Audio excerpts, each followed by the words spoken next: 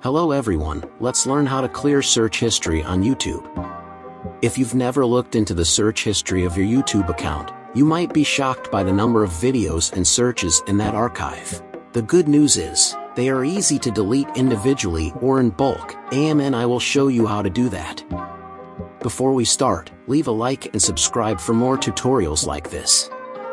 First step is to open YouTube app on your device, and make sure you are logged into your account. If I click on search button, I can see all my search history. You can see I have a lot searched history, and I want to delete is. So next step is to click on little icon of your profile in top right corner of the screen. That will send you on this menu, then you need to go on settings option. After that you need to go on manage all history by tapping on it, and next choose Google account associated with your YouTube.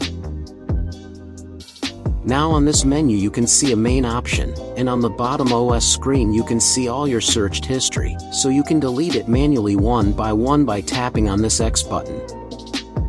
Or you can delete all at once, so click delete where is written with blue letters, then you can choose this 3 different option.